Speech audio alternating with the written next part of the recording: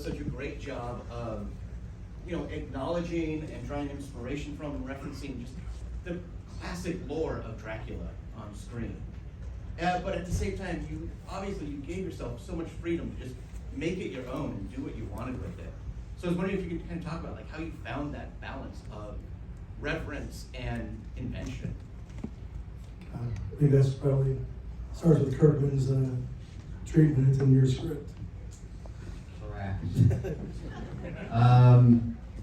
Yeah, I mean, I think first and foremost, it's like, you know, the idea of the ultimate narcissistic human being kind of archetype, and then use map on Dracula lore on top of that, and that's kind of, you know, I watched a YouTube video, all the best Dracula movies, and guess what was considered the most accurate to the book? 1971 Hungarian movie you've never heard of, but after that it was the Coppola one. So anyway, yeah. I think, you know, it's also, a lot of it was in the script, and you know, it's very intuitive to think of Dracula as the monster novel, and that made a lot of sense, at least for me when I'm looking at it. And, I mean, I wanted to make sure that our movie obviously had a lot of love for the past. I wanted to try to connect to the original time around it, and you know, if the studio was on me, I would have fucking, you know, had McKay as Dracula and every version of. He would have been, he would have been Christopher Lee, we would have been Hammer, we would have been Hammer bit, we would have been Frank Langella bit, or we would have been 40 minutes of just stuff. I mean, we'll take it. But we did shoot a lot. I mean, you know, Nick and Nicole shot a lot of more stuff. You know, we did much stuff with time around, and it was big off for the show. Was And then how about you? You know, which ones were you? Which Draculas were you watching over and over again? Well, Dracula is a character, as we all know. It's been done many times. It's been done well a few times, but the lion's share, it's been done not so well. And I think the ones that I looked at, just as a starting point, were of course the Bela Lugosi one. But Bela, as great as he was, and that wasn't my Dracula. My Dracula was Christopher Lee. I loved him in the Hammer haircut. I loved his 60s hairdo. I loved the clothes. I loved his animality when he was on attack. And I looked at Oldman. I looked at Langella. Langella, I thought, brought a real charm to the Dracula character. But again, that was a starting off point. I had done Vampire's Kiss. And Vampire's Kiss, for some reason, I started thinking about my father, he was a literature professor, and he was also a writer. And he always spoke with distinction. And he was like, Nicolas, let me explain something to you.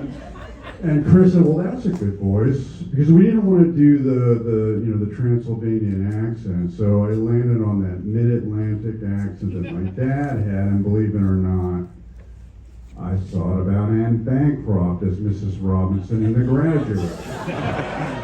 She had that mid-Atlantic accent too. There was something very Dracula seductive about her in that. So those are the two influences that I most looked at. But having said that, there was so much that just occurred on the set. You know, you open yourself up to the imagination, and I was supporting Nick Holt, and I got to watch him. I worked with him on The Weatherman, but in this one I got to see his comedic timing, which he's so gifted with that. It's in his body, that timing. And then he could turn on a dime and be vulnerable. And I thought, okay, well, as a supporting actor, I'm gonna do this dance with him, and he helped me find where I could go. And then Chris was really on point. It's his vision. He's finding the right tonality. You all love the American Werewolf in London, right? I saw that in the cinema as a teenager, and that I've always wanted to capture a tonality like that. And this is the first time I think I kind of got close with Chris's direction. He kept us in that zone. You talked about being on set, coming to life and learning new things. What about being here in New Orleans? Like, what did that bring to the film?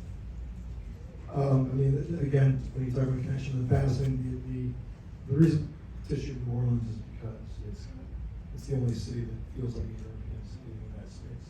So there was some, you know, the French and Spanish architecture and that kind of thing, you know, connected us to Europe. And so it felt like, again, you're kind of doing something new with Dracula, putting him here, modern world, you know, but also still kind of, you know, reach back to where it came from. And then just, you know, the fact that there's, you know, Vampire Cafe, you know, things like that, rice, you know, and all of that stuff, just fun stuff, you know. Now, I love New Orleans, so I always wanted to shoot here. Self-street. Yeah, it's great. It's a lot of fun to be here. This set had to be a lot of fun too. I mean, you've got some amazing talent, both here tonight, but then also like Aquafina, then Schwartzman. I mean, some great comedic performances. How much did you get to stick with the stage, or with what was on the page when you were filming? And how much did you give people just the freedom to play? I mean, obviously, we have a writer here, so. Yeah. The best lines were improvised, believe me. Believe me. And Ben had some amazing stuff. But, yeah, that was amazing. I mean, you know, obviously, we're written down, we're all really inspired by that, and it was a lot of fun. But I wanted to be able to play around, and then, you know, it came with some really fun, when he was talking, you know, with the voice of his dad, you know, he was just wanted to choose certain words because they just sounded like a little more haughty or a little older sounding, a little more antique sounding, you know, and then just, you've got Ben Schwartz, you've got Aquafina, you've got McKay, you've got Nicole. People brought a lot of, you know, fun, and I like things that feel really loose, and I wanted to feel like, you know, like spontaneous. So Can't hear you. Oh, sorry. What if my voice is reflective? I'm really sorry.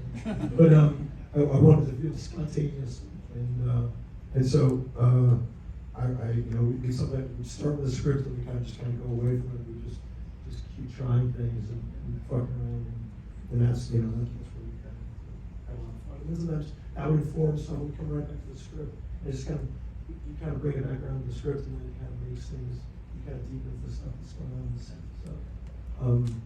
But, you know, a lot of, you know, this last stuff with Nick in particular, you know, was just the way he would use his body. You know, he really, like, he would just, I didn't even realize this until we were talking in these, you know, the press stuff. But Nosferatu was like a movie song when we were 5 years old. Yeah. And there's a lot of stuff, like, just want to look at your, you know, all the stuff you've done in your career, just how you use your body, how you use, you know, your voice and things like that. To me, that I imagine that just had to make a real indelible impression on me. Like, Oh, yeah, to the public. absolutely. Sure, I mean, my father we had a little movie projector and a little screen, and he would put it up, and he was showing me Cabinet of Dr. Caligari and Max Schreck's performance in Nosferatu at 5 years old, and let me tell you, it was hard to sleep at that age. Yeah, I had to put it somewhere. So I think that's really where the idea came to me later, that, you know, why not try to bring a little bit of that flavor back to modern film performance, and that started really with Vampire's Kiss. But I like, you know, that he, you know, Chris is somebody, he's a director. What I love about working with Chris is first of all, he loves actors, and he does make you feel confident, and he knows what to tell you to make you feel free, you know, and that comes from confidence. I'd already been a fan of his movie, the Lego Batman movie, and Marvel, and I knew what he could do with that he would bring something, a special tone to this. But for him to let me, you know, I would say, well, what was it that Max Schreck was doing in Nosferatu before he turned into a puff of smoke, and he does this little boop. I mean, that's just a simple gesture, but it has so much meaning behind it, and yet it's so abstract. It's just minimal, but it's like dance. And then I wanted to do this posture. Just kind of like a sort of a kind of a Jagger, Iggy Pop thing going on. But he was like, well, this is the rock and roll Dracula, Nick. You gotta bring that to this character.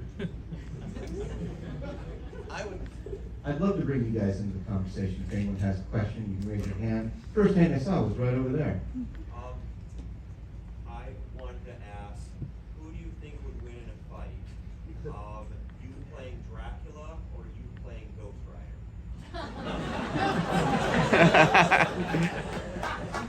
Oh dear. Well, you see, the Ghost Rider has a special secret weapon. He has the penance there, you see. And I think if he laid that on Dracula, Dracula would have some serious stuff to sort out. I don't know, but anytime I answer a comic book question, you know it goes viral, buddy. But by the way, this man got a tattoo of this version of Dracula, and it looks incredible. And I need to know the name of your artist because I might have to pay him a visit myself to get something. That's the attention to detail on that is superb. We drove from Chicago. He wants to see it. Yeah, come on up.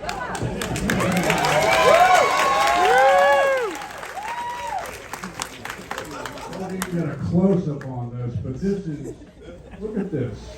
Look at that artwork, that the attention to detail on that. His name is Matt Mueller. Where is he? Oak Forest, Illinois! Oak Forest, Illinois. Beautiful, beautiful work, man.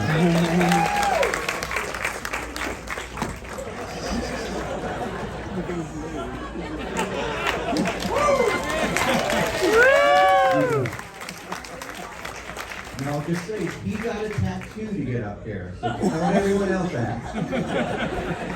It's a level of commitment you gotta reward. Any other questions? Right here in front, ma'am. Oh, loved it. It was great. Tell us about the tea. Oh, okay, so that's a great question. So Chris put together just a fantastic team, and I had the good fortune of working with Christian Tinsley, who is a real wizard in the makeup department. And with Chris, we all kind of designed, Christian Tinsley, Chris McKay, and myself, what this Dracula look would be. So the Christopher Lee thing came into it, but also the teeth. And there were like, was it 4 different looks? 4 different looks. One look was like 8 hours in the chair, which was what we called the Picasso look, where I was really like one ears over here and my face is like a Picasso painting. That was 8 hours, and I would fall asleep, and it was like this incredible sort of like makeup shiatsu, and you're like, Nick, you gotta wake up now, you gotta sit up, Nick. But the teeth, we had different levels of fangs, but it was a lot of ceramic material, and it was very hard to speak through it. So, because I wanted to speak with distinction, like August Kobla, I had to take the teeth home to the hotel and really practice with it to get some clarity with the vocalizations, but it was a lot of material in my mouth.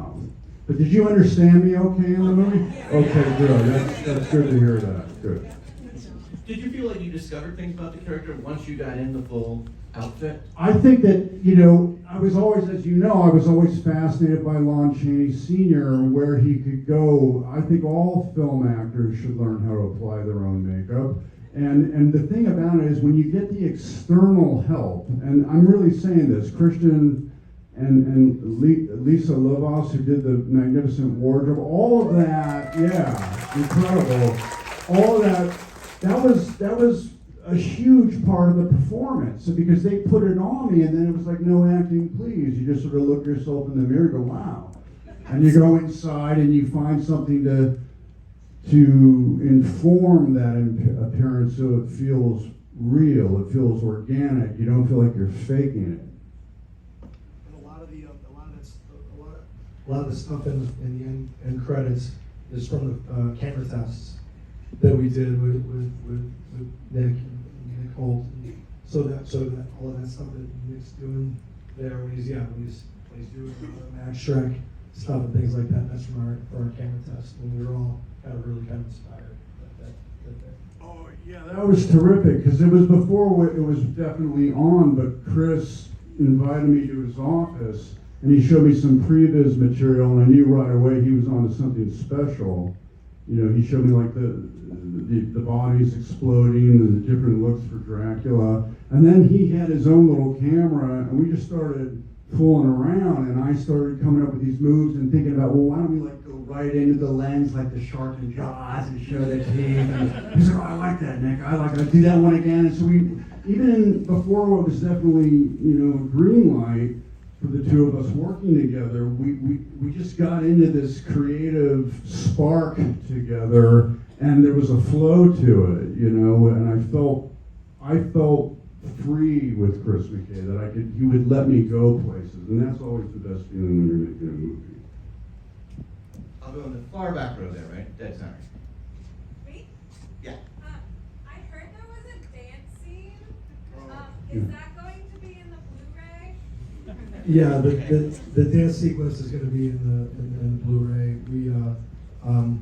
We shot this really wonderful scene in this alley in Bourbon Street, and we had Jackie Wilson's song "Higher and Higher." It's after Renfield meets Rebecca for the first time, and so he's sort of he's feeling really great. He goes out to the alley, he starts dancing. All these other dancers show him. There's 30 dancers, and there's dancing maggots and dancing cockroaches, and dancing flies and things like that. It was a lot of fun. It was just a little bit, unfortunately, it was a little bit redundant with the scene when he gets his apartment and that sort of thing. So I think from a pacing standpoint, we had to take it out, but it is going to be on Blu-ray. It won't have Higher and Higher because Universal did not put up money with that. But you can see the dance and all the dancers and turn around this. So it's just one of those things where the studio really wanted to make this movie, fast, and so as far as pacing goes, they want to keep it all fast. Can we sync Higher and Higher to the? The funny thing is, I pitched that. I said let's do something where there's a countdown, and people can sync the song to it, and they did not. They're just everyone's so weird when things suit. So, but there's they put a song that sort of sounds like Higher and Higher, maybe not. But, you should turn the sound down and sing. I think we got time for a few more. I'll go in the back row there. The glasses. Okay, so you know this is a genre film festival. Nick, I know that you, especially in the last few years, you've done a lot of amazing genre films such like Colorado Space and Mandy. Oh, wow. What is it as an actor, as a creative and film enthusiast that really draws you to a lot of these genre projects? Is something that reflects your acting muscles and like bring these amazing visions to life or something like that? Well, the thing about specifically horror, and we're all horror enthusiasts here, is, I had dreams of what we could do, meaning film actors with film performance. And I was interested in, I also had this idea that what you could do in one art form, you could do in another. So painters could become abstract and expressionistic, so could film actors. But the thing about it is, it wouldn't make any sense for me to go into that expressionistic style of acting for a movie like Pig. Because the context of the movie and the situations of the character don't lend itself to that. But in a movie like Vampire's Kiss, where the character is losing his mind, sadly, it's very conceivable that he could begin to think that he's Max Schreck and Nosferatu and start mirroring those moves, so I could live my German expressionistic film performance dreams by playing this tragic character in a dark comedy about a man, sadly, who's losing his mind.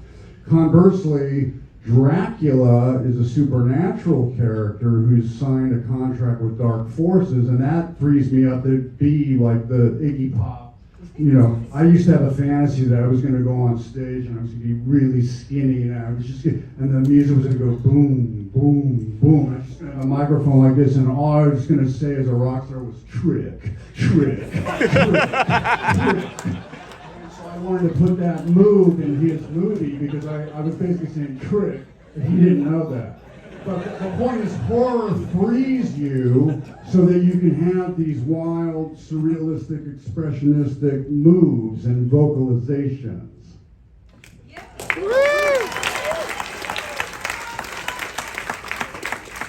Couple more questions. I don't want to ignore the balcony. Thank you. The movie was fantastic. So awesome. I have a question for the writer.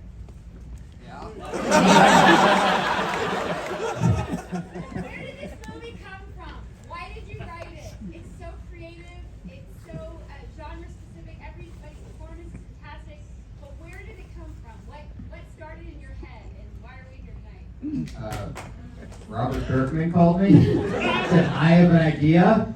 I was like, great, what do I need to do? Just write the script for it? I was like, all right. So no, Robert came up with the idea, the core idea of it. But to answer your question, who here is familiar with Dan Harmon? Yeah! I worked with Dan for many years. I don't know if you're aware of Dan's reputation. He could be a tough boss. Nick, you aware of Dan Harmon's reputation? I know the name, but I can't speak to the reputation. Well, he could be a tough boss. And now, I wasn't going to say anything to Dan, but Dan and I had drinks the other day, and his writer friend, he was talking about how he went out with his writer friend. He said, hey, see that movie Ridley wrote about a guy working for Dracula, the world's worst boss, and how horrible that is? Where do you think he came up with that? Now, once again, Robert Kirkman came up with the idea, but yes, I was able to take all of my... I hope this doesn't become a press clip, or I hope this doesn't go Nick Cage talking about Marvel Comics viral. But yes, Dan, inspired me. Yet at the same time, I cannot say that the flip side of it, working for Dan, is of course learning from his genius. Right, everybody? Dan? Yeah! The codependence? The codependent anonymous meetings came from you.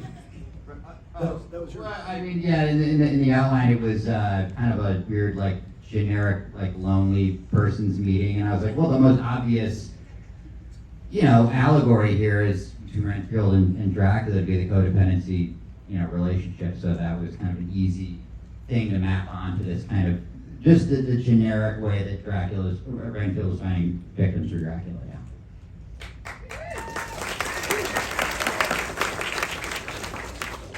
Last question, right there, you. Oh, great. Thank you. With. Hey, y'all. So, I do TikTok. I do horror TikTok a lot. And so I kind of explore horror movies all the time. And I really want to know, kind of like her question, you guys brought back a Universal monster into a new age movie. So I was wondering, question for all three of you, what other Universal monster do you think could have a movie similar to Renfield? And if so, which one would you want to do? And that's like Phantom of the Opera. All of them I think could be modernized in a fun way. I have an idea for a creature from the Black Lagoon movie, but I don't know. And it wouldn't be a love story because that's been done.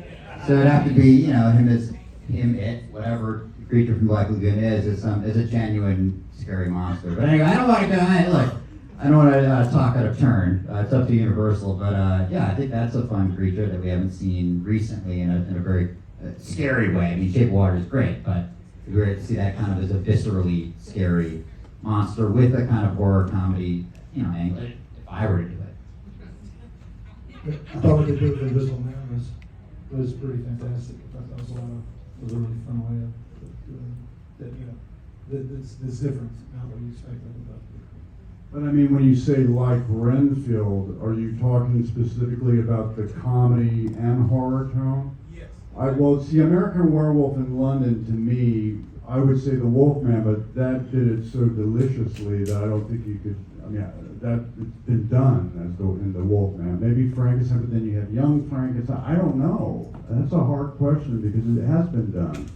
So I'm just glad I got to do it in this movie with Nick Holt and Chris McKay and Prytania. We're glad you got that chance too. Thank you, all of you, for being here tonight. Thank you. Renfield, everyone.